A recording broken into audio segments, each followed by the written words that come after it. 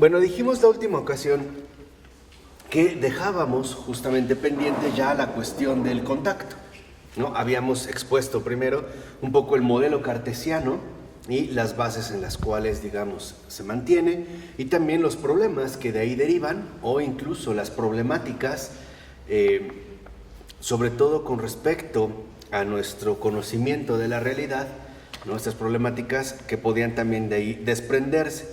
Ahora, lo que, digamos, se contrapone o se busca en este sentido contraponer es lo siguiente: que nosotros empecemos o retomemos una cuestión fundamental, que es la cuestión del contacto.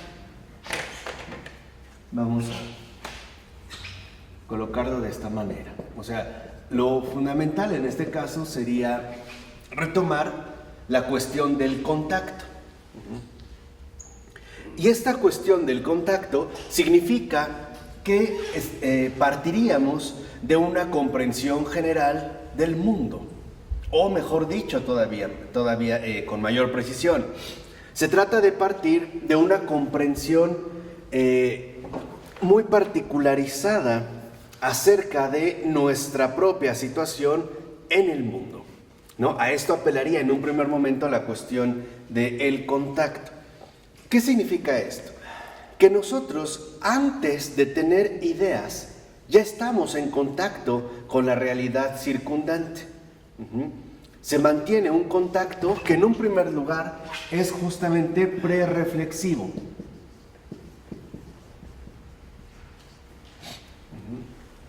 O también, si lo quieren ver de esta manera, lo que podemos afirmar es lo siguiente: antes de pensar, nosotros tenemos un contacto carnal, material, con todas las cosas, con todas las demás cosas. O sea, antes de formarnos una idea, nosotros, en efecto, ya estamos en contacto justamente con estas cosas, independientemente de que las pensemos o no las pensemos. Hay un ámbito en ese sentido prerreflexivo, y este ámbito prerreflexivo precisamente apunta a nuestra situación encarnada.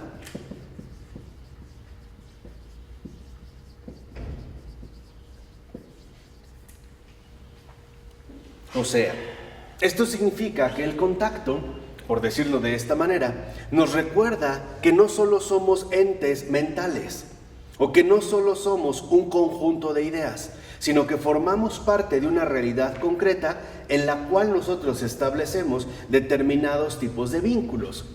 No todo es pues mental, no todo se reduce, o como sugeriría en este sentido el modelo cartesiano, a las ideas que nosotros queremos ir presentando o que queremos ir elaborando con respecto a el conocimiento del mundo. Recuerden que para Descartes las ideas son mediaciones entre una realidad exterior, una fuera material, y una realidad interior, en este caso mental. Habría esta mediación, de tal manera que para Descartes las ideas terminan siendo representaciones del mundo, ¿no? O sea, en realidad lo que tenemos es una representación mental del mundo, pero no habría realmente un contacto directo con ese mundo.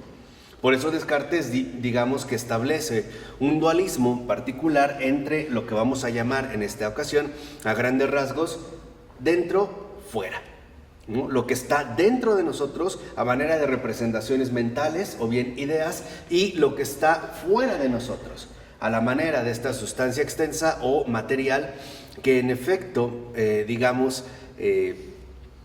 conforma nuestra representación en tanto idea. Ahora el punto es, bueno, si nosotros apelamos a una teoría del contacto que toma en cuenta lo prerreflexivo, dado precisamente por nuestra situación encarnada, entonces esto sugiere que al menos nosotros ciertamente tenemos ideas, pero estas ideas siempre deben ser, por así decirlo, corregidas, apelando de nuevo a la realidad de las cosas. En pocas palabras, nuestra situación encarnada del mundo nos conduce a salir de uno mismo.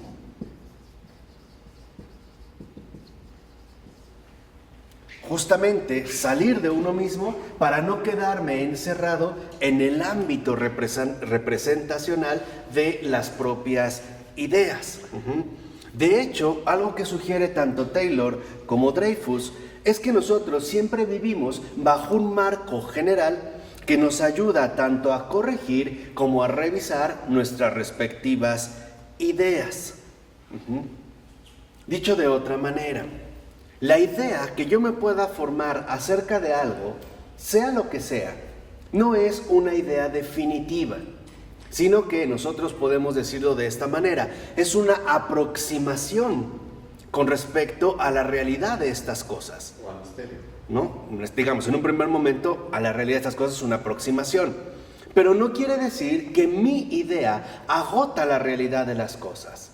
Más bien, esta idea puede y debe ser incluso sometida a una revisión permanente con respecto o contrastándola con la realidad misma de las cosas. Dicho de otra forma, nosotros operamos no solamente como sujetos de ideas o con sujetos que se forman representaciones internas del mundo, sino que ante todo funcionamos en base a nuestra propia situación material o encarnada que de entrada nos pone en contacto con el mundo. Por eso puede ser, y esto es algo fundamental, digamos es como un punto muy importante, puede ser que nosotros tengamos ideas, vuelvo a repetir, acerca de algo, pero entonces de lo que uno debe dudar, contrariamente a lo que dice Descartes, no es de las cosas, sino de uno mismo. Esto es justo lo que Descartes no lleva a cabo. En pocas palabras, la duda no se aplica con respecto al mundo, como lo hace Descartes en su método, ¿no? A ver, supongamos que vamos a dudar de que esto es real, de que esta mesa está. ¿Por qué? Porque entonces esto nos lleva, de acuerdo con Descartes o en su esquema de presentación, a dudar de todo menos de uno mismo.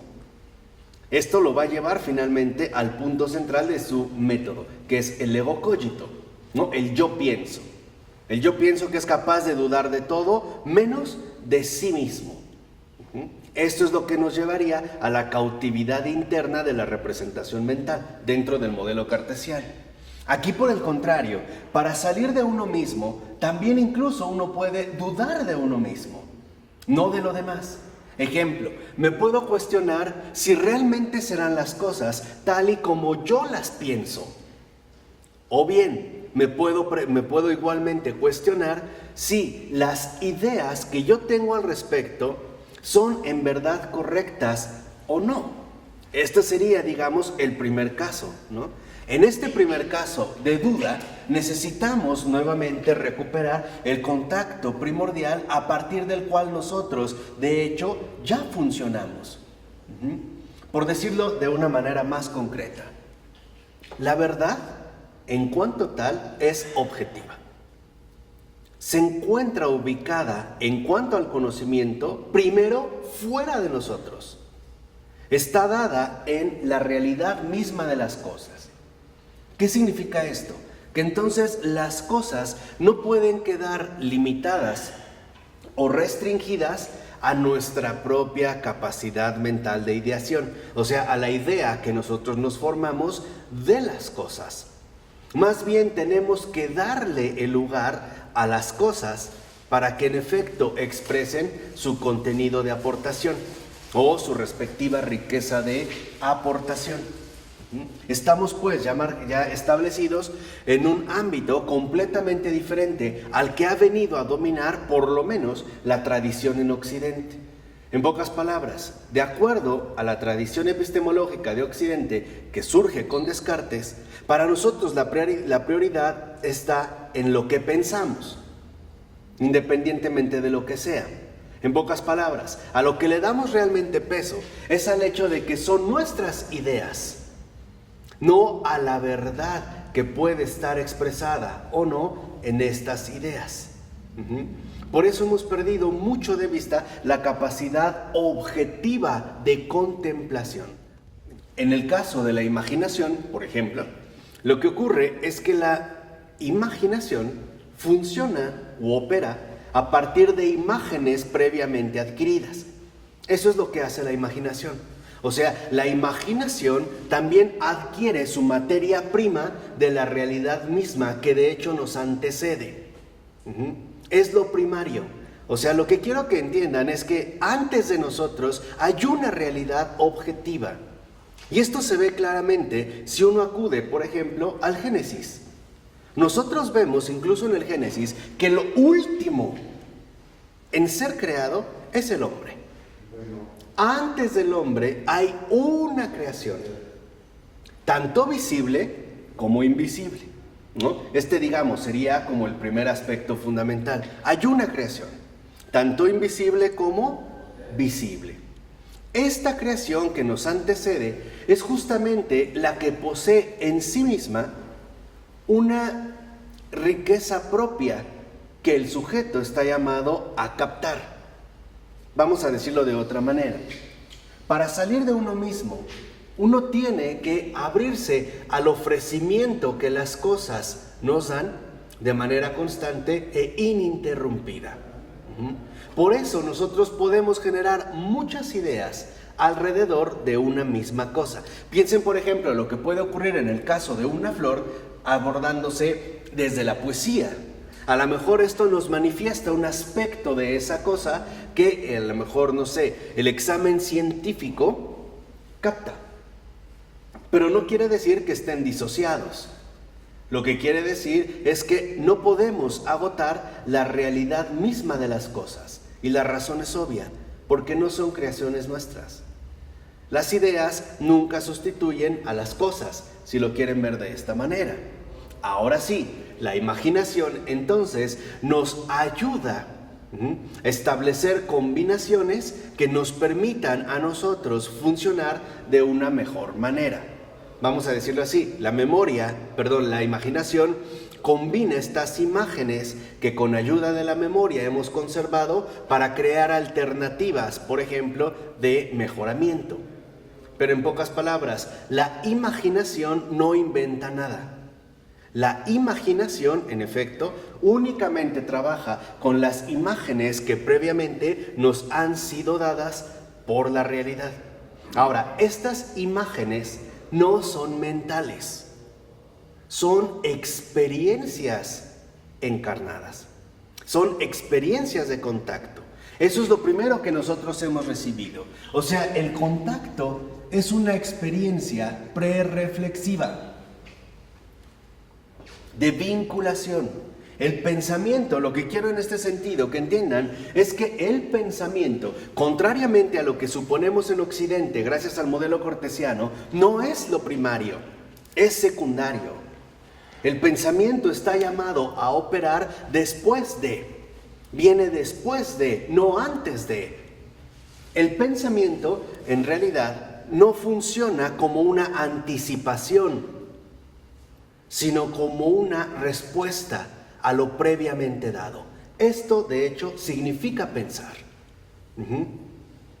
Pensar es mantenerse en fidelidad con la realidad que se me ofrece. Eso es pensar.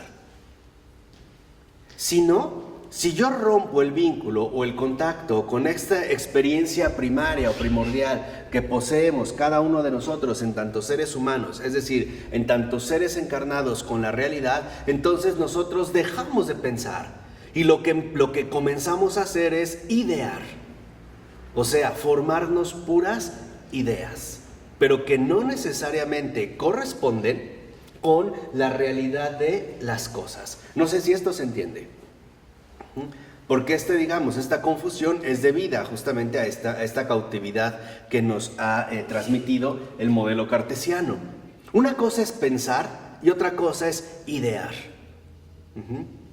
Pensar es mantenerse en fidelidad, o si lo quieren ver así, mantenernos fieles al contacto que la realidad nos ofrece y dentro del cual de hecho nosotros vivimos a la manera de experiencia. Eso es pensar. En cambio, idear es únicamente formar ideas por nuestra propia capacidad intelectiva. Eso es idear, pero no posee ningún tipo de fundamento o sustento con la realidad misma de las cosas. Entonces, no confundamos pensar con idear. En pocas palabras, el pensar, el verdadero pensar, siempre se mantiene en contacto con la realidad. Eso es pensar. Por ejemplo, a ver, vamos a ponerlo en un caso quizá más sencillo. Cuando nosotros atravesamos una cierta dificultad, lo que necesitamos es ponernos a pensar. Cuando alguien dice, es que a ver, necesito pensar, ¿qué voy a hacer? Lo que en realidad está afirmando es que necesita, no, digámoslo así, necesita permanecer fiel a la realidad de las cosas que al menos bajo esa situación está atravesando. Necesita, en pocas palabras, no perder el contacto con la realidad, de tal manera que entonces se pueda alcanzar una auténtica resolución. ¿Sí me explico? Eso es pensar. O sea, uno se pone a pensar, realmente pensar es mantenernos en contacto con la realidad. Es fidelidad. Pensar es ser fiel a lo real o a la realidad de las cosas. Eso es pensar. Eso realmente es pensar. Y el idear sería, por ejemplo, que yo me desvinculo, pierdo el contacto, me desconecto literalmente de la realidad y empiezo a hacer un montón de suposiciones que para nada corresponden con la realidad de las cosas. Ese es idear. Esa sería la invención, pues. Lo que pasa es que para nosotros se han confundido en base al desconocimiento que hoy tenemos de nuestra propia capacidad intelectiva. En pocas palabras, pensar no significa suponer lo que a uno se le da la gana. Yo podría decir que pensar es profundizar en el espíritu de lo creado. Sí, profundizar, exacto, ¿no? En el espíritu. Ayer decía, el espíritu es el que va guiando, el espíritu es el que va diciendo, ¿no? Exacto. Y cada cosa creada tiene espíritu. ¿Sí? Entonces pensar es profundizar en el misterio del espíritu de la creación. Sí, o sea, profundizar en ese espíritu, ¿no?, de la creación, que en efecto nos supera y nos desborda. O sea, el pensar es dejarnos enriquecer por la aportación de la realidad. Eso es pensar. Por eso, si ustedes lo ven, cuando hablamos de pensadores, estamos hablando de aquellos que nos han logrado transmitir algunos aspectos de la realidad que son fundamentales, que son importantes y que a lo mejor para nosotros habían pasado desapercibidos. Ahí podemos hablar en este sentido de pensadores, fieles a la realidad. Eso es pensar. Es una posición fiel a la realidad. Por el contrario, cuando yo me pongo a idear, solamente es poner en marcha mi capacidad intelectiva para suponer cualquier cosa. Son ocurrencias. Son ocurrencias. Es hoy lo que sucede, por ejemplo, cuando no sabemos precisamente cómo resolver un determinado conflicto. Empezamos a hacer suposiciones, ¿no? Pues habría que hacerle aquí, habría que hacerle así, habría que allá, pero en realidad lo hacemos única y simplemente porque no mantenemos un contacto concreto con la realidad, ¿no? Déjenme poner un caso muy concreto que quizá nos puede resultar muy familiar para que entiendan el peligro de no pensar o de confundir pensar con el mero idear. ¿Qué sucede, por ejemplo, con el narcotráfico? Uno, nos han convencido de que es un problema, ¿no? Si ustedes lo ven en las noticias o en los diarios, se habla de el problema del narcotráfico. Ahora, si nosotros nos ponemos a pensar de entrada en esta afirmación, el problema del narcotráfico, lo primero que vemos es que este modo de catalogar esta cuestión significa que un problema, ante todo, se tiene que resolver.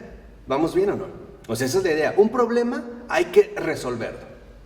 Ok, pero el punto es que se busca resolver de muchas maneras y no obstante, en realidad esta situación no desaparece.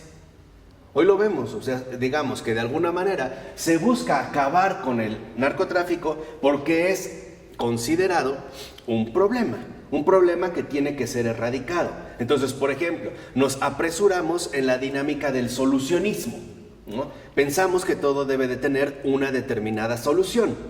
Por ejemplo, a través de capturar o encarcelar a los grandes capos, ¿no? A los más grandes narcos, tanto nacionales como extranjeros.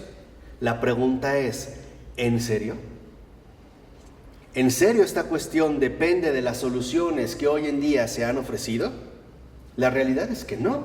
Hemos visto cómo pueden capturar a grandes capos y o bien se escapan o simple y sencillamente el narcotráfico no disminuye. Al contrario, más bien parece que crecer, ¿no? Parece incluso diversificarse de una manera cada vez más impresionante. La pregunta es, ¿por qué? Porque antes de solucionar un problema hay que pensarlo a fondo. ¿Sí me explico? Antes de idear, de suponer cómo lo vamos a arreglar, primero debemos de pensar bajo qué condiciones reales es que una situación así se da. Esta es la diferencia. Antes de solucionar, primero necesitamos ponernos a pensar, es decir, comprender. Esta es la diferencia. O sea, ¿cuál es el verdadero problema del narcotráfico? ¿Son en realidad los grandes capos o los cabecillas de los cárteles? No, es la situación general, es decir, real, en la cual vivimos de una manera plenamente generalizada. Por ejemplo, si uno sigue pensando al respecto, nos damos cuenta que el incremento de sicarios y de mucha gente que se afilia, a final de cuentas, ¿no?, a las bandas de crimen organizado, es porque por lo regular, la realidad del trabajo con el que podemos contar en el mundo real, o sea, nuestro contacto, en nuestra experiencia real de vida, o es denigrante o no es suficiente. Esta es una situación muy concreta. Si a esto le añadimos que se me ofrecen constantemente bombardeos, donde yo tengo siempre que mantener un estatus social o adquirir productos cada vez más fuera de mi alcance, por lo caros que son, y entonces me ofrecen alternativas, donde en lugar de trabajar 8 horas y ganar a la semana 1,000 pesos, voy a matar a una persona y me van a dar 15,000, la alternativa parece no tener opción. Está claro lo que voy a elegir, pero lo elijo ni siquiera por convicción, sino por opresión, por toda la realidad circundante que en efecto, de alguna u otra manera, nos afecta. ¿Por qué? Porque estamos siempre en contacto con la realidad. Esto es el punto. Entonces, no solo se trata de idear soluciones para el problema del narcotráfico, se trata de ponerse a pensar a fondo ese problema. Y ahora, seamos sinceros, eso es lo que hoy en día no nos gusta. No nos gusta pensar. De hecho, podemos decir que nosotros hemos perdido la sana costumbre de pensar. Y ahora nos conformamos con el mero pensar por costumbre. Ya, o sea, hacerlo por hacerlo. No tomarme en serio, literalmente, ¿no?, este gran privilegio que se llama pensar. Para pensar, entonces dijimos, es necesario salir de uno mismo. Chesterton tiene en su libro Herejes, al final del prólogo, tiene un ejemplo muy bello, ¿no?, como los que suele poner acerca de lo que estoy mencionando. Dice Chesterton, por ejemplo, que había en una ocasión en una aldea, recuerden que le toca vivir hacia finales del siglo XIX y buena parte del siglo XX, por lo menos por una mitad del siglo XX, y es también donde empiezan a haber grandes transformaciones, sobre todo tecnológicas. Por ejemplo, la aparición de las farolas, las bombillas de luz, ¿no?, cuando antes no había en las calles. Y él retoma este aspecto, dice que en un determinado poblado colocaron una farola, un faro de luz, y lo prendieron. Y si la gente se quedó asombrada, ¿no? Entonces empezaron a salir de sus casas para ver esa farola. Y unos se quedaban admirados, giraban, se sorprendían, caminaban alrededor. Dice, y de repente apareció un monje, con su hábito, ¿no?, oscuro, gris, metiendo las manos, caminando tranquilo, haciendo reverencia a todas las personas, volteaba y miraba la luz, sonreía y volteaba a ver a la demás concurrencia, hasta que finalmente les dijo, pues bien, hermanos, comencemos por lo primero, la luz es buena. Fíjense, ven el planteamiento, como buen monje. Y no faltó el que se irritó por tal declaración. Le dijo, ¿cómo nos vienes con tus tonterías para decirnos que la luz es buena? En realidad eso no sirve absolutamente de nada. ¿Qué no te estás dando cuenta más bien que esta luz no es tan buena porque es insuficiente?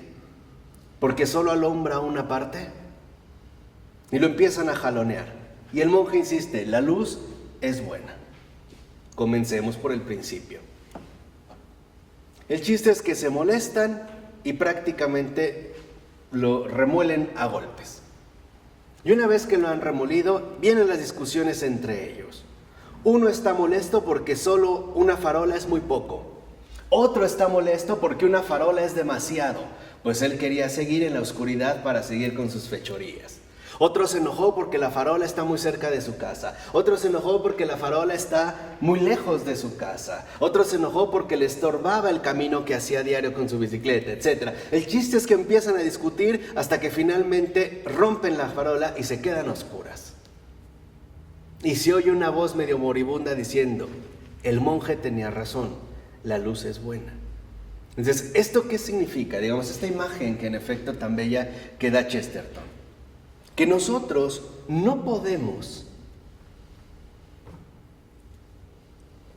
repercutir en la realidad de las cosas si primero no nos ponemos a pensar seriamente. O sea, comenzar por el principio. Eso es lo que hoy en día no hacemos. ¿Por qué? Porque hoy para nosotros lo fundamental es el solucionismo. Hoy para nosotros lo importante es, en pocas palabras, adquirir resultados, obtener resultados. Eso es lo que nos interesa. Pero no nos ponemos a pensar a costa de qué. Por ejemplo, hoy nos interesa obtener resultados en el hecho de bajar de peso, ¿no? Mientras más rápido mejor. Pero no nos ponemos a pensar a costa de qué o de qué manera puede influir o afectar la propia salud humana. Hoy eso no nos interesa. Hoy a nosotros lo único que nos interesa son los resultados que queremos obtener. No nos gusta ya pensar. Y este es un problema, porque al no pensar, no buscamos salir de nosotros mismos y entonces nos quedamos atrapados en las propias ideas. La pregunta es, si nos quedamos únicamente con nuestras propias ideas, ¿con qué criterios podemos evaluar estas ideas para decidir si son o no correctas? ¿Cómo puedo realmente, digámoslo así, saber si mis ideas son correctas o incorrectas, precisas o imprecisas, adecuadas o inadecuadas? Pues a través de volver de nuevo al contacto, es decir, a nuestra experiencia encarnada. Esa es nuestra experiencia fundamental. Este, digamos, sería como uno de los pasos centrales que hoy en día obviamos. Hoy nos movemos más en el ámbito de la ideación. Si lo ven, muchas personas ofrecen ideas. La pregunta es, ¿en qué se sustentan estas ideas? ¿Cuál es el sustento? ¿Están realmente arraigadas en el suelo fértil de la realidad del mundo? ¿O por el contrario, únicamente están plantadas en la interioridad mental de cada sujeto? No tenemos ideas propias. Uno, por lo que acabas de mencionar. Uno, por toda la situación que influye en nosotros, como puede ser nuestra propia condición cultural o histórica, que simple y sencillamente se han ido modificando. Pero sí hay un punto. No tenemos ideas propias, pero sí las vamos a asumir como propias. Esto sí, o sea, yo tengo que darle finalmente mi consentimiento a esta idea, de tal manera que entre a formar parte, por decirlo de esta manera, de todo mi equipo de ideas en base a las cuales voy operando, o pienso operar justamente, ¿no?, en mi experiencia en el mundo, en mi vida en el mundo. Las ideas no son propias, pero sí las tengo que asumir como propias. O sea, tengo que darles un consentimiento, porque funcionarán precisamente como criterios operativos en mi experiencia en el mundo. O, por ponerlo a lo mejor en palabras más sencillas, nuestra forma de pensar siempre repercute en nuestra forma de vivir. Y estas ideas que nosotros podemos mantener, en efecto, o bien yo las consiento como algo adecuado para mi modo de vida, o bien yo por lo menos la someto a un examen profundo para determinar si estas ideas que poseo son o no fieles a la realidad de las cosas. Por eso les decía, la duda es sobre uno mismo. El punto no es las ideas, el punto es en qué me baso para mantenerlas.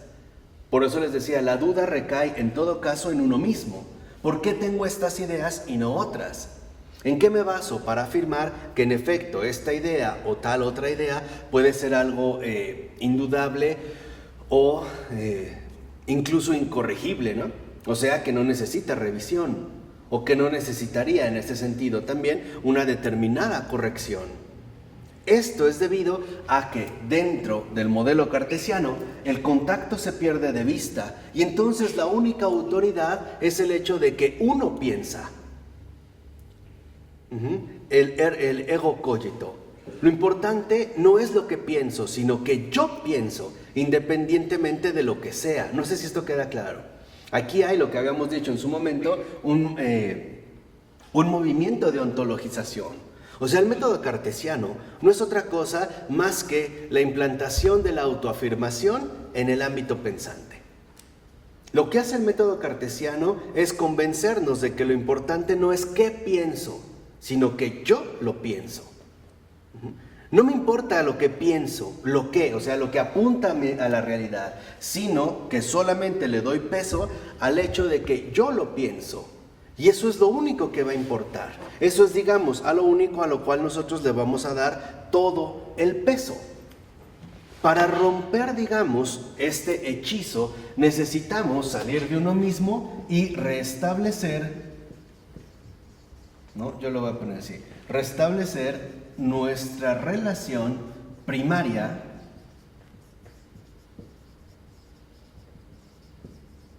con la realidad.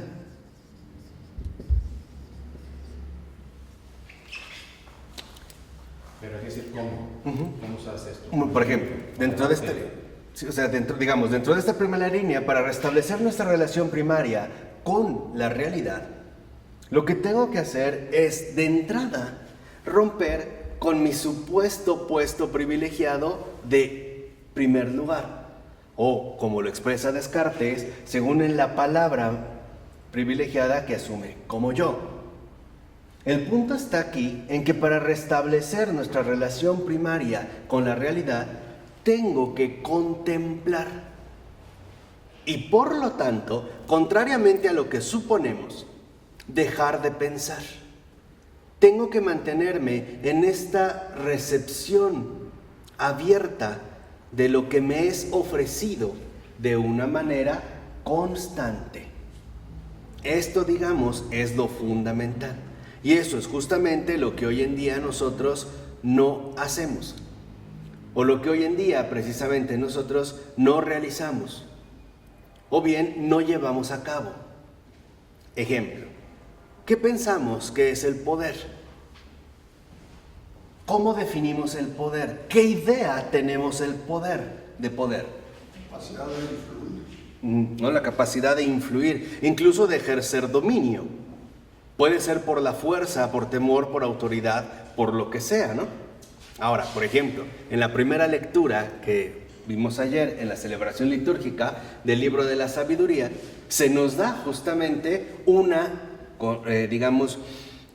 descripción concreta de la realidad del poder, en este caso del poder divino. Y dice, porque tú tienes todo poder, nos gobiernas delicadamente. O sea, finalmente eres misericordioso. Nos das una dulce esperanza porque, ¿no?, le das tiempo al pecador para que se arrepienta y viva, ¿no? Y se convierta, para que cambie.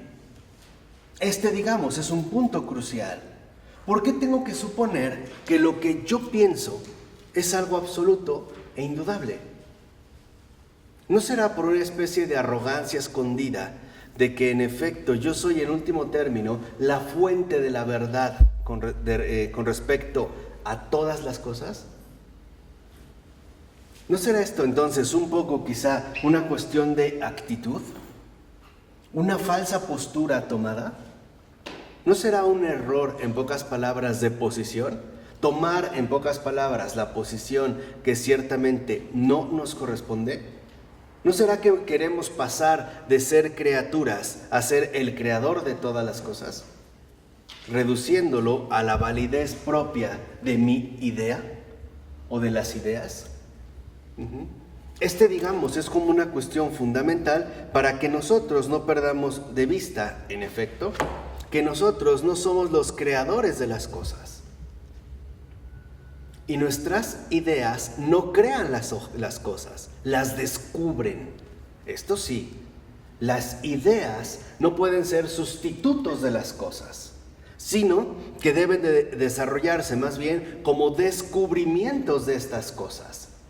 Un descubrimiento cada vez más preciso, más adecuado, más certero, más profundo. Esto es literalmente, ¿no? Digamos, la relación profunda que hay entre el pensar, que ya mencionamos hace un momento, con las ideas. La idea, la verdadera idea, nos descubre las cosas, por lo menos algunos aspectos de las cosas. Pero no hay una sola idea que pueda agotar toda la realidad de una cosa. Por eso dijimos la vez anterior que el conocimiento en este sentido es algo colaborativo, es algo cooperativo, siempre es algo en conjunto. Por ejemplo, a lo mejor alguien nos puede descubrir una idea auténtica de una cultura antigua, por ejemplo la mexica, desde la antropología.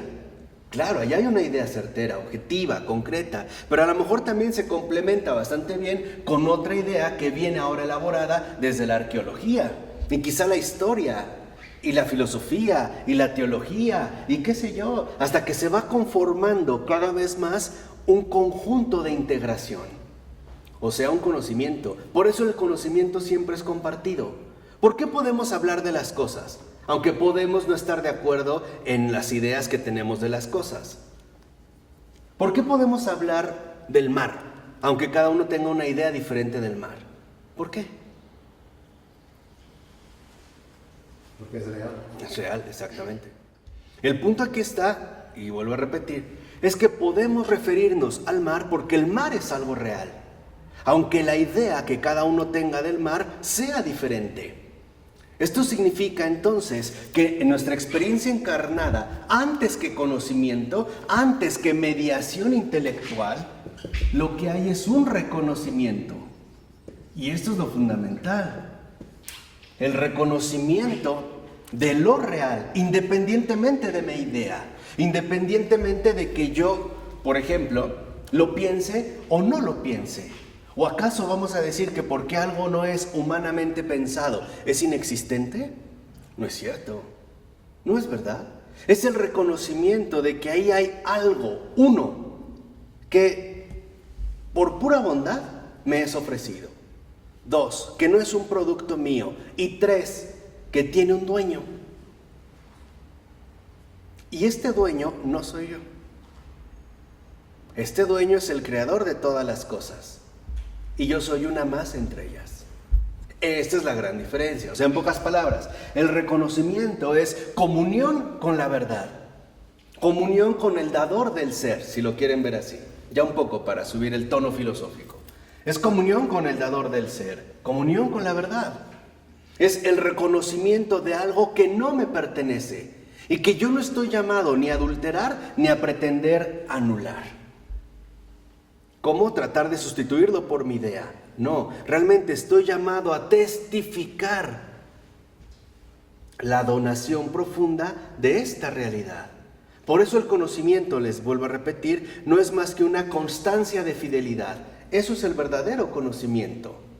No es, por ejemplo, la diferencia que se establece en la Biblia, en general en los libros bíblicos, sobre todo en el Antiguo Testamento, la diferencia entre el sabio y el necio.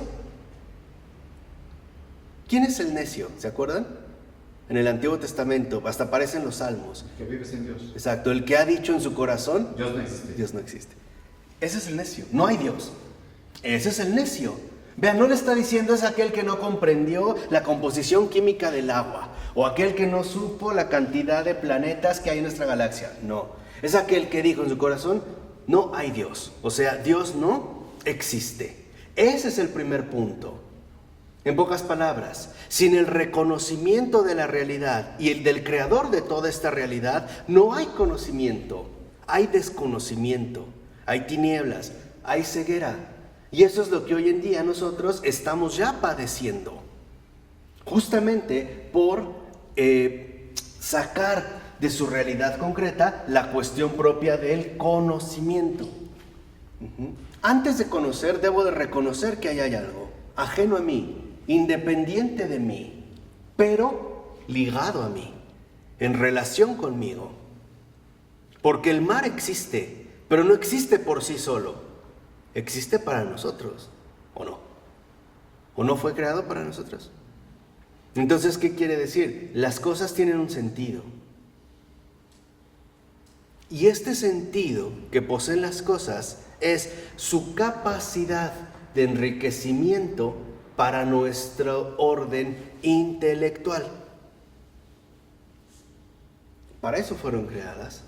Por ejemplo, ¿qué podemos pensar acerca del mar? Volvamos a este punto. ¿Qué podemos pensar? ¿Que solo son un montón de moléculas de hidrógeno combinadas con oxígeno? No creo. ¿Qué podemos pensar? Por ejemplo, con respecto al mar. Si uno se abre de nuevo a esta realidad existente, concreta. Vamos, ¿qué nos dice el mar? La omnipotencia de Dios. Ok, la omnipotencia de Dios. ¿Qué más? Sin límite, no hay límite. Para tener unos peces que nos iban a alimentar. Ok, ahí está dado, ¿no? Ya está. ¿Otra cosa? Toda cosa creada, cualquier cosa, de verdad es una catequesis. En serio, ¿eh? Por ejemplo, el mar nos explica muy bien la vida espiritual. Tal cual, ¿eh? Sí, las olas. Tal cual. En la superficie siempre hay agitación. Es lo que vivimos ordinariamente, ¿no? Que porque a lo mejor mi vuelo se canceló, tengo cierta enfermedad, hay problemas en la familia, tengo estas dificultades. O sea, la superficie está agitada y a veces hay tormentas, ¿o no? Y olas inmensas que parecen arrasarlo todo. Sí, pero si mientras más uno va profundizando al fondo, pregunta, por muy agitado que esté el mar en la superficie, ¿cómo está siempre al fondo? Tranquilo, ¿no? Por eso cuando uno está nadando y ve de repente que viene una ola muy grande, ¿qué es lo que uno hace? Te sumerges. ¿No es esto como el punto central de la vida espiritual?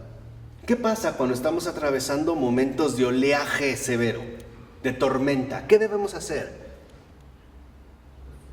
Profundizar, sumergirnos, hundirnos en aquella profundidad silenciosa donde la presencia de Dios nos da calma, nos da paz, nos da seguridad, ¿o no? Sinceramente, ¿o no? ¿Se dan cuenta lo que es pensar? Eso es pensar. Eso es literalmente pensar. Es comprender. Exactamente. Comprender lo que las cosas nos tienen que decir, nos quieren decir. Esa es precisamente su riqueza de aportación. ¿Vamos bien? Las estrellas, que pueden ser puntitos de luz, ¿no? En un fondo oscuro. ¿Qué nos dicen las estrellas? Las puras estrellas. Por ejemplo. La belleza. Ok, la belleza, la luz, el poder del que la sostiene. el poder del que la sostiene. ¿Qué tanto nos ama Dios? Y si lo ven, otra catequesis en las estrellas. Todas las cosas literalmente son catequesis, ¿eh? Son enseñanzas profundas de salvación, tal cual. O sea, el Señor creó para que siempre aprendamos de su designio profundo de salvación. ¿Qué pasa con las estrellas? Las estrellas nos recuerdan que aunque nosotros atravesemos un momento oscuro, difícil, donde no vemos bien hacia dónde van las cosas, para nosotros la oscuridad total no existe. Siempre hay una esperanza. Siempre hay una esperanza, aunque se pareciera chiquita. Es más, no solo hay una, hay ¿qué? Millones, porque no solo tenemos una estrella, tenemos millones de estrellas. Pero para ver esa lucecita, por ejemplo en la noche, nosotros tenemos que levantar la mirada ¿a dónde? Al cielo. ¿Lo ven? O sea, ya sea en cualquier circunstancia de vida que nosotros nos encontremos, siempre algo se nos está recordando, algo literalmente se nos está diciendo. ¿Por qué nosotros entonces ya hemos perdido, o mejor dicho, nos hemos empobrecido intelectualmente? Porque ya no reconocemos, ideamos, suponemos. Esta es la diferencia entre pensar e idear. ¿Lo vemos? Además hay una ruptura concreta que también proviene de Descartes.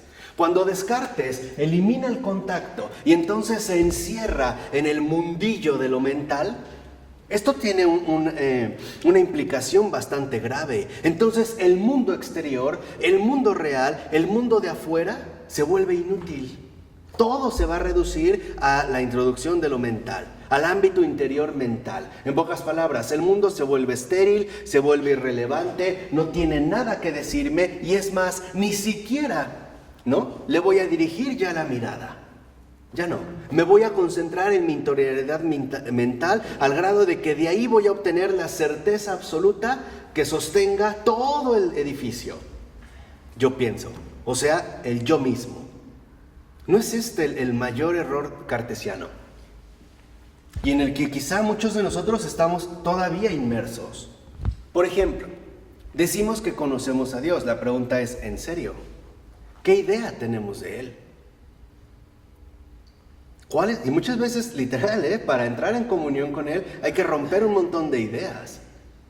¿Qué prejuicios, sobre todo inadecuadas? O, en este sentido, no verdaderas, no en comunión con la verdad. Esa es la cuestión precisamente del reconocimiento. Piedra, o sea, esto es lo que hoy en día a nosotros nos ha hecho atravesar justamente este empobrecimiento, porque no tomamos en serio el mundo. Para nosotros el mundo no cuenta. Cuenta lo que tenemos dentro, en la mente. ¿O no es el grado de que hoy incluso se habla del poder mental que puede hacerlo absolutamente todo? ¿Como si la realidad no existiera? ¿O no? ¿No es la trampa contemporánea del poder mental? ¿No es quizá Descartes el verdadero fundador del poder mental, del poder interior que es capaz de recrearlo absolutamente todo? ¿A partir de sí mismo y basado únicamente en sí mismo? ¿Por qué Descartes manda al carajo la tradición? Por desagradecido. En primer lugar, ese es un gesto de desagradecimiento. Lo demás no me importa. Quiero comenzar a partir de mí mismo. Pregunta, ¿no es esa la actitud moderna que siempre va de ingratitud en ingratitud? O por decirlo de otra manera, ¿no somos nosotros en ese sentido tan modernos que siempre queremos comenzar a partir de uno mismo? ¿No siempre queremos ser originales? ¿No siempre queremos ser algo nuevo con respecto a todo lo demás? ¿Ganarnos el sello de originalidad? ¿Primero qué? Subjetivo. O sea, darle todo el peso al sujeto. Ojo, al sujeto interior mental. Después, el individualismo ya es acaparar este imperio y llevarlo a cada individuo como la norma máxima. Estos dos engendraron justamente, ¿no?, valga la redundancia, su engendrito, el relativismo. ¿Qué hace el relativismo? No niega la verdad, no puede. Lo que hace es relativizarla al grado de que parezca inexistente. O sea, cada quien va a tener su propia verdad. El mundo no te importe. Tú puedes crearte tu propio ¿qué? Mundo. Tú puedes tener tus propias ¿qué? Ideas. No sé si se entiende un poco la línea en la que va. ¿No es la base fundamental de la actual burla que se llama ideología de género? ¿En qué se basa la ideología de género? Que somos entidades psíquicas, es decir, mentales, que no somos seres biológicos, que no nacemos con un sexo. Esto es impuesto socialmente y por la cultura en la que vivimos, que cada uno posee un género. Comenzaron hablando de pocos géneros, básicamente lésbico, gay, transexual, etc., ¿no? LGTB, bisexual, intersexual. ¿Ahora saben de cuántos géneros se hablan? 131. ¿Sí? ¿Sí? Entonces, ¿qué sucede? Que yo puedo declararme o elegir el género que se me dé la gana únicamente porque yo así lo afirmo. Es lo que acaba de pasar en Canadá. Un señor de 54 años se declaró amparado bajo las leyes que protegen la perspectiva de género, una niña de 4 años. En serio, Un señor de 54 años se declaró una niña de 4 años, se vistió como niña con su peluquita, es que era una niña de 4. Entonces ya no solo es transgénero, es transedad. Y como está protegido por la ley y como sus padres ya murieron, ¿qué creen? Fue declarada legalmente Niña de 4 años. Huérfana. Y por lo tanto puesta a adopción. ¿Y qué creen?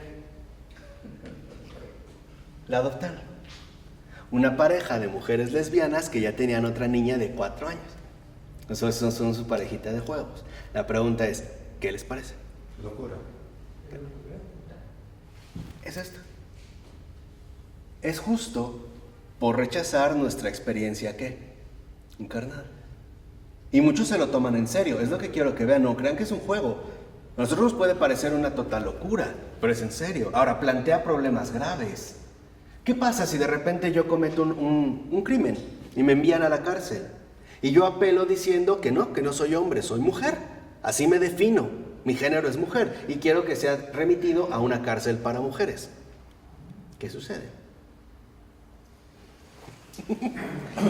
Son problemas actuales, es en serio, a nivel mundial, y México también va para esa línea. ¿Qué pasa en este caso? O al revés, En Estados Unidos sí entra así también. Claro, tiene que ser dado. Pero entonces, ¿qué sucede? Lo que sucede es una cosa. ¿Qué se está rechazando de fondo? Vamos, ¿qué se está rechazando? Exacto, la naturaleza, la realidad misma de las cosas. Por eso lo que rechazan es lo biológico, o sea, lo real, diciendo incluso que lo biológico es una injusticia impuesta que nosotros no debemos tolerar bajo ningún aspecto. O sea, haber nacido sexualmente hombre es injusto, es discriminación, es eliminación de la opción que yo tengo a elegir lo que se me dé que la gana. Hacia allá va de allá precisamente, ¿no? Sus antecedentes más remotos están aquí, en el modelo cartesiano, en perder de vista justamente el contacto. Entonces, esto es delicado, para que veamos que no se trata, digamos, como de cualquier aspecto. Y si le hemos dedicado tiempo, y Charles Taylor, Dreyfus y algunos otros filósofos, en efecto, se han detenido en esto, es por ello, por las implicaciones que esto tiene. Lo que importa no son tus ideas, es la realidad de las cosas de las cuales fomentas tus ideas. En pocas palabras, por ejemplo, ¿por qué puedes hablar de género? Porque partes de la realidad primaria de un sexo. Hay una definición, nos guste o no. Nosotros no nacemos con un género. El género es una abstracción, es una ideación, o sea, es una mera ¿qué? Idea. Nosotros nacemos con un sexo. ¿Estamos de acuerdo? Y esto sí lo podemos comprobar. Es más, desde antes de nacer, con los ultrasonidos. Según sea que se vea la hamburguesa para el caso femenino o la tortuga para el caso masculino. Lo que definimos, lo que poseemos es un sexo. Ya, no un género. El género es una cuestión mental, es una posición netamente mental, y ellos lo saben, por eso se trata de una cuestión enteramente psíquica, y por eso hay que establecer siempre división. Ahora resulta que aquellos que no respeten esta posición psicológicamente asumida, entonces son los malos, los intolerantes, los etcétera, incluso los que van a ser encarcelados porque no respetan, los intolerantes, bla, bla. Los otros serán los correctos. ¿Y cuál es la mejor manera de ganar terreno en esta ideología? Pues a través de la educación, especialmente de la educación básica. ¿No es lo que están haciendo en las escuelas? ¿O no? Sinceramente.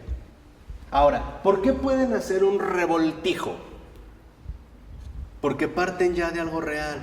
Hay algo que es mujer y algo que es hombre y que lo vamos a tener que convertir o lo queremos convertir en lo que se nos dé ¿qué?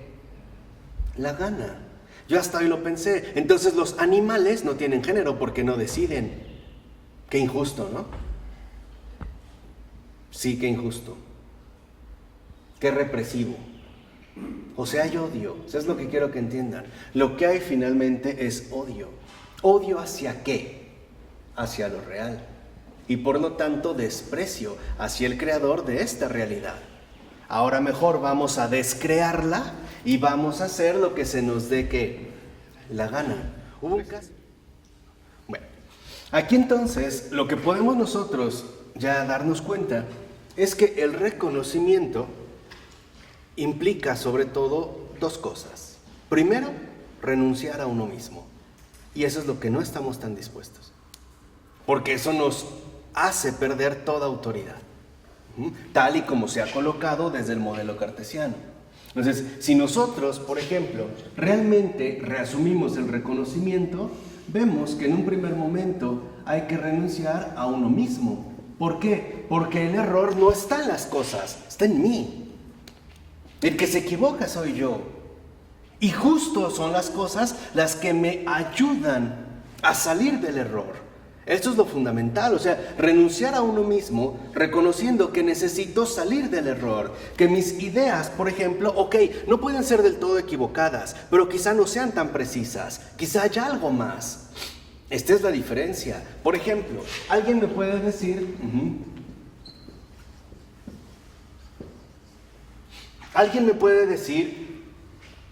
cualquier cosa acerca de algo. A lo mejor para que yo pueda salir del error, tengo que recuperar de lleno mi contacto con lo real. ¿Cómo podríamos verificar si no? ¿Cómo podríamos darnos cuenta de que las cosas son distintas? Si no es a través de apelar una vez y otra vez, y las veces que sean necesarias, a la realidad misma de las cosas. Esto es lo que yo quiero que vean que está de fondo. Precisamente iba a retomar ahorita el ejemplo que Ronnie dio de la persona pobre. Pero antes de lo que quiero que vean es que en el caso cartesiano, el punto no está en la teoría o el modelo que expone. El verdadero punto está en que nos coloca a nosotros como algo indubitable, algo fuera de toda duda. O sea, nos hace creer que no nos equivocamos, cuando la verdad es que sí nos equivocamos. De hecho, y hay que decirlo como es, sin la intervención extraordinaria de la gracia, estamos condenados al error. No podemos salir del error. Ninguno, porque está, tan arraigado y está tan intrincado con nuestro modo intelectual de proceder que no podemos distinguir entre una cosa y otra.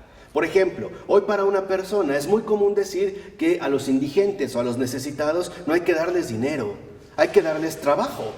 Ahora, ¿de dónde viene esta idea? O sea, ¿de dónde se ha formulado? Pues básicamente del entorno protestante, que considera que el cristiano debe de ser ante todo la persona económica y socialmente productiva.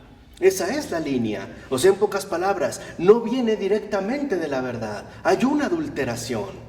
Porque a lo que se nos invitó no es a dar trabajo, es a mostrar la caridad encarnada. Esta es la gran diferencia. Pero nosotros ciertamente ya no lo cuestionamos. ¿Por qué? Porque consideramos ingenuamente, uno, que por el hecho de ser pensantes, o mejor aún, que por el hecho de ser racionales, no estamos expuestos al error. Y número dos, que podemos prescindir de la realidad por completo y que nuestras ideas, justo por ese desprendimiento o por ese descontacto que aplicamos con lo real, no perderán su validez. Para muchas personas eso es lo que cuenta. Les vuelvo a repetir, ya no importa lo que piensan, sino que ellos lo piensan, que soy yo quien lo pienso. Por eso mencionábamos el caso, por ejemplo, de la ideología de género. No tiene bases. Y lo que vemos es que pone patas para arriba todo lo que nosotros hemos consolidado a lo largo del tiempo. Y eso es lo que se busca, justamente la confusión. O sea, lo que quiero que entiendan es que nuestra razón no es impecable.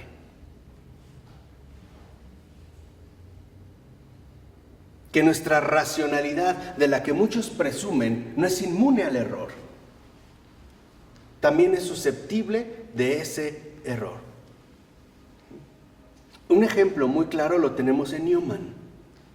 John Henry Newman es una gran luz para estos tiempos, porque nos muestra en efecto una persona que con una gran capacidad intelectual logra reconocer que estaba en un error, es decir, que sus ideas son equivocadas, y lo hace con toda sinceridad. Cueste lo que cueste, atravesando la vergüenza, atravesando las dificultades, incluso la humillación que esto produce.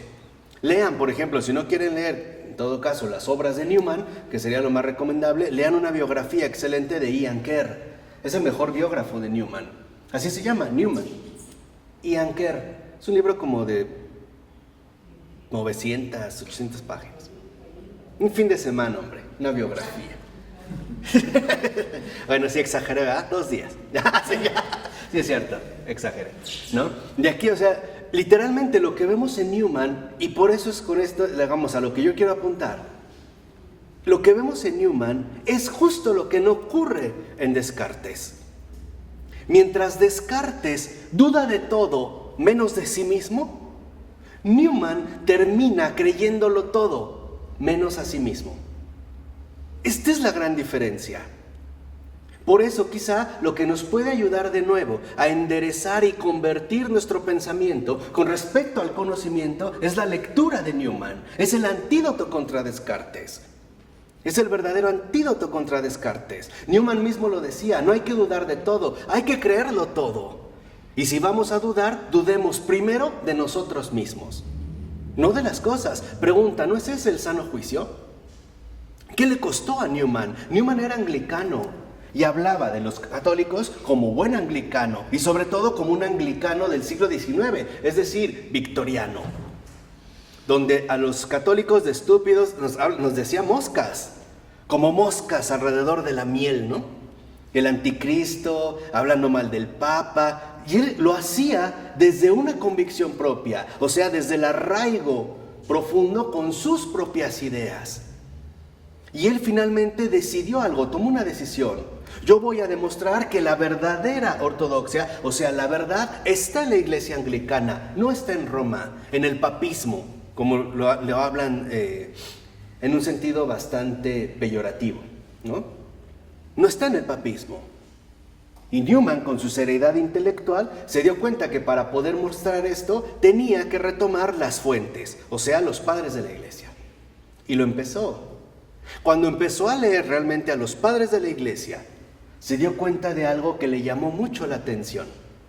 Muchas de las denuncias que los padres de la iglesia, por ejemplo San Atanasio, a quien Newman admiró tanto, porque yo creo que es el que verdaderamente lo tocó para volver a la rectitud de la fe, se dio cuenta, repito, que muchas de las afirmaciones de los padres de la iglesia y que ellos denunciaban como herejía, estaban en la iglesia anglicana. En pocas palabras, que en realidad Newman vivía en un ¿qué? En un error. Y no se cerró como Descartes, a decir, pues no me importa, o sea, mi certeza radica en que pues estas son mis ideas y lo demás no me importa, con ese gesto de desprecio. No, Newman decidió entonces dar ese paso radical, ir en busca de la verdad. O sea, en pocas palabras, realmente Newman se puso a pensar. Eso es lo que muestra, lo que describe en esa autobiografía muy bella de Apología Pro Vita Sua, que es, digamos, una especie de, no quisiera decir la explicación, una como ayuda de comprensión para entender lo que le ha motivado a su conversión. Y detrás de Newman han ido bastantes. Y esto es extraordinario. O sea, ¿por qué seguimos aferrados a pensar que nuestras ideas son siempre inequívocas? Que no son susceptibles de error. Justo por la herencia cartesiana de haber colocado la certeza absoluta en el ego cogito, o sea, en el yo pienso. Y no obstante, Michel Henry, en su Esencia de la Manifestación, nos ha recordado algo importante. ¿Por qué solamente hablamos del cogito, del yo, y no hablamos del ser del yo? ¿Qué realmente sostiene a este ser? En pocas palabras, yo, humanamente hablando, o sea, ego, como ego, no soy la verdad. Pero estoy llamado a encarnar la verdad. Estoy llamado a ser testigo de esta verdad en todos los ámbitos de mi ser humano, incluso en mi propio ámbito intelectual. Dime, Sergio. No, por eso Hoy, ¿por qué pensamos que, por ejemplo, a los indigentes o a los necesitados no hay que darles dinero, sino que se pongan a trabajar? ¿En qué sustentamos realmente en esta idea? En una muy concreta, que vivimos bajo un mundo productivo donde tiene cada uno que esforzarse para obtener lo que quiera. Pero la pregunta es, ¿en serio son las cosas realmente así? ¿La realidad es verdaderamente así? O sea, las ideas que nosotros tenemos al respecto corresponden con la propia realidad de las cosas, ¿sí o no? Eso es lo que no nos gusta cuestionar. ¿Por qué? Porque si nosotros empezamos a cuestionar seriamente nuestras ideas, vamos a terminar aquí. ¿Y esto no es una humillación intelectual? Pregunta, ¿o no cuesta trabajo aceptar que me equivoqué? ¿Sí o no? ¿Cuesta o no trabajo aceptar que me equivoqué? Que la idea que yo tenía era completamente equivocada. ¿Da vergüenza o no? Sí, porque también hay un orgullo intelectual. Hay una soberbia intelectual de querer tener en todo la razón, de que lo que yo pensaba, lo que yo decía, lo que yo afirmaba, lo era todo. Y cuando realmente reconozco que no es así, es decir, cuando me abro a la realidad misma de las cosas, que me ilumina con su luz, es decir, con la luz de la verdad, atravieso una humillación, también intelectual. Y eso es lo que no nos gusta. Lo que Descartes parece decir es que nadie pisotee nuestro pensamiento. Podemos pensar lo que se nos dé la gana, y esta es la certeza absoluta. Y así llegamos a la ideología de género, pasando por un montón de otras cosas verdaderamente que atentan contra la propia dignidad intelectual de un ser humano. Otra de las grandes invitaciones a no pensar, a no tomarse en serio la realidad de las cosas. Esto es verdaderamente grave, porque hoy no desconfiamos de nosotros, pero sí desconfiamos de todos y de todo. ¿O no estamos muchos convencidos de que los malos son los otros menos uno? ¿De que el mundo estaría bien si se acabaran todos los malos? O sea, casi si me quedara yo solo.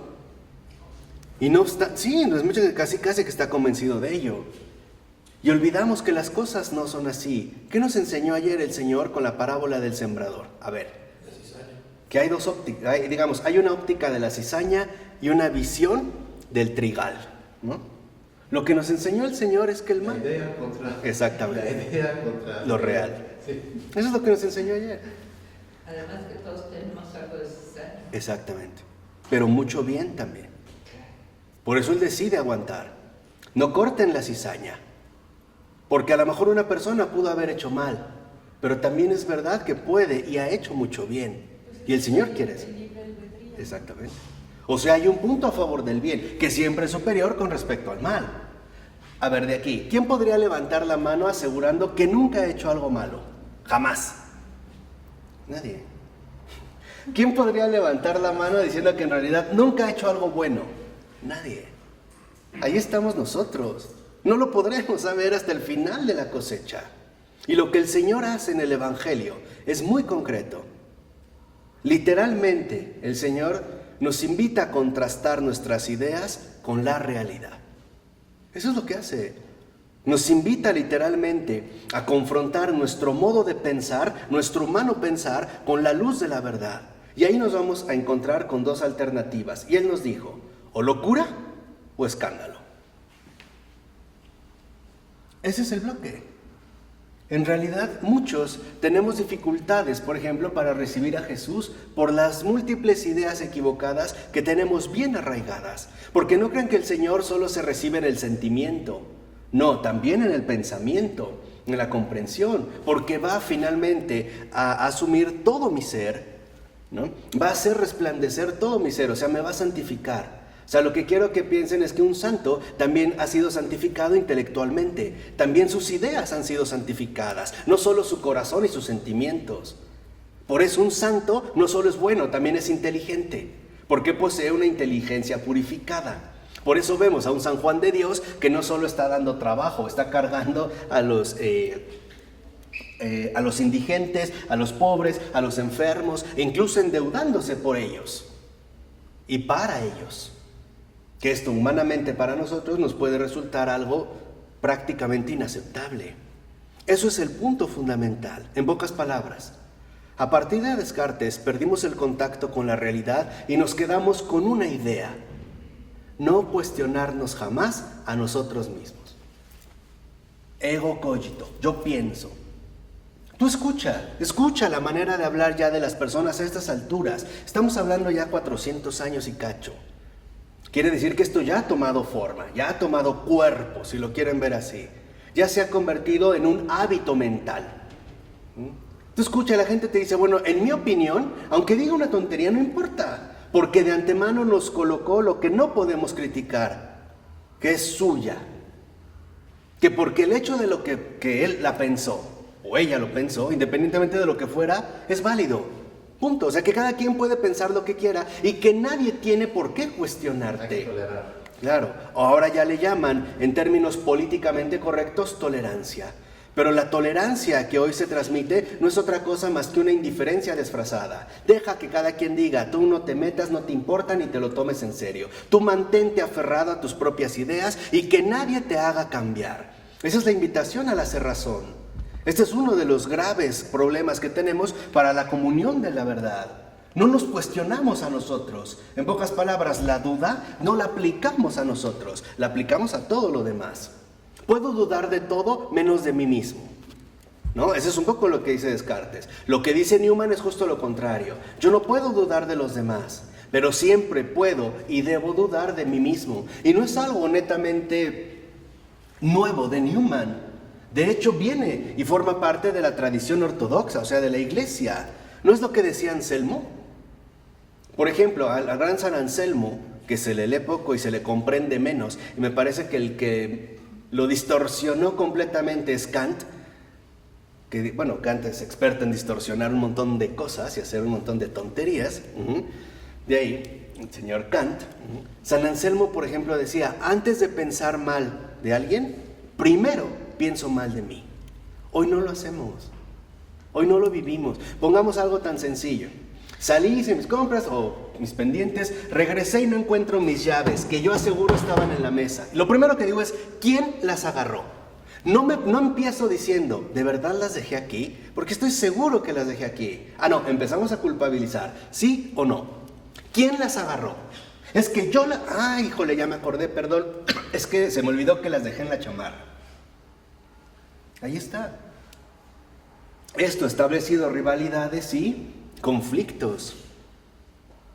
Y de verdad, en términos ordinarios, pero no por ello menos destructivos. Por eso, para alcanzar el reconocimiento, necesitamos renunciar a uno mismo y buscar salir del error. El error está en mí, no en los demás. La realidad no defrauda. La realidad jamás defrauda. Son mis ideas las que sí defraudan. No soy yo, literalmente el principio, como les dije hace un momento. Yo estoy llamado a ser purificado. Nada en mí es absolutamente puro, ni siquiera mi conciencia. Por ejemplo, a un niño pudo haber sido educado y entrenado en la más estricta pureza de la doctrina nazi, y en conciencia obraba conforme a ello. Y obraba en conciencia. Es lo que muchos decían cuando agarraron a los nazis. Decían, ¿por qué lo hacías? Decían, es que yo no hacía un mal. Yo cumplía con mi deber, o sea, estaba en conciencia absolutamente convencido de lo que hacía. Pregunta, ¿y qué eso lo exime del error en el que estaba? No. Por eso también nosotros debemos someter a crítica las ideas. Quizá ahora lo que debemos hacer es justo lo contrario. Pongamos en duda todas nuestras ideas, todas. Y tomemos como base genuina, que no defrauda, la realidad de las cosas cuya luz emana de la verdad de la cual provienen. Empecemos a dudar de nosotros mismos, no de lo demás. Empecemos a poner como prueba la realidad de las cosas, ¿no? Cuya luz proviene de la luz que emanan. O sea, finalmente de Dios, ¿no? Del creador de las cosas. ¿Cuántas veces uno no experimenta con Jesús que su pensamiento se estrella contra algo? Que algo haya cambiado. Algo tan común como decir, al que te golpee la mejilla izquierda, ponle también la derecha. ¿Cómo? ¿Cómo es eso? No soy tonto, ¿no? O sea, ¿qué pasa en estos casos? ¿Hacia dónde es que ciertamente se dirige? En síntesis, Descartes se olvida de nuestra realidad concreta, pecadora, es decir, propensa al error. Y ese es el sueño cartesiano. Esa es la ilusión cartesiana, que hay una certeza absoluta en la cual no podemos ser precisamente engañados, cuando en realidad hemos sido más engañados que nunca. Pueden leer las meditaciones metafísicas de Descartes, incluyendo la correspondencia de respuestas y objeciones que les dan. Aburridísimas, pero bueno, a veces uno las tiene que leer, ¿de acuerdo? Entonces, acuérdense, el principio del pensar es dudar de uno mismo y aceptar todo lo que me es dado, todo lo que la realidad ciertamente me ofrece. Si yo desconfío, dudo u omito la realidad, en realidad lo que estoy haciendo es negando al creador de esa realidad. Y este es un truco, finalmente, a través del cual voy a terminar poniéndome a mí como centro de todas las cosas. En pocas palabras, negar a Dios para llevar a cabo mi obra de autoafirmación, de ego. Eso es el ego, en todas sus formas, en todas sus posibilidades de manifestación. Por eso es tan importante el contacto, por eso es tan importante el silencio. Para pensar hay que hacerlo en silencio, hay que escuchar lo que la realidad me dice. ¿O no se acuerdan de un San Francisco de Asís que se tapaba los oídos con las flores? Les decía, ya dejen de gritarme que Dios me ama. Y no me vayan a salir que aunque ahora era un esquizofrénico y que lo debimos de haber metido en una camisa de fuerza y algo así. Ahí hay algo que nos habla. El problema es que estamos sordos, porque solo nos escuchamos a nosotros mismos. Por eso es importante que cada idea que nosotros tengamos la sometamos a prueba. En serio, A ver, ¿de dónde proviene esta idea? ¿A dónde me conduce? ¿A dónde me lleva? Si me conduce a mí mismo, A la no caridad. a la no caridad, ¿Qué fruto? fruto, qué efecto, o sea, ¿por qué tengo esta idea? ¿Hacia dónde va? O sea, realmente examinémosla. Ese es examen de conciencia. No crean que el examen de conciencia son las fallas morales que tuve. A ver, 4 fallas al mandamiento 1, 3 al 2, 6 al 3. No. Es darme cuenta qué está por ahí en mí, qué está rondando. ¿De dónde provienen estas ideas? ¿Qué son? ¿Son realmente la buena semilla del sembrador? ¿O son la cizaña que otro, el enemigo, ha venido a sembrar para generar simple y sencillamente confusión? Por eso, me parece, la solución es muy sencilla. Tomémonos en serio las ideas, pero tan en serio que las sometamos a un examen severo para descubrir realmente de dónde vienen esas ideas y por lo tanto hacia dónde van, tomándolas en serio y llevándola hasta sus últimas consecuencias. ¿De acuerdo? ¿Preguntas? ¿Dudas? ¿No? Vamos a dejarla hasta aquí. En nombre del Padre, del Hijo, del Espíritu Santo.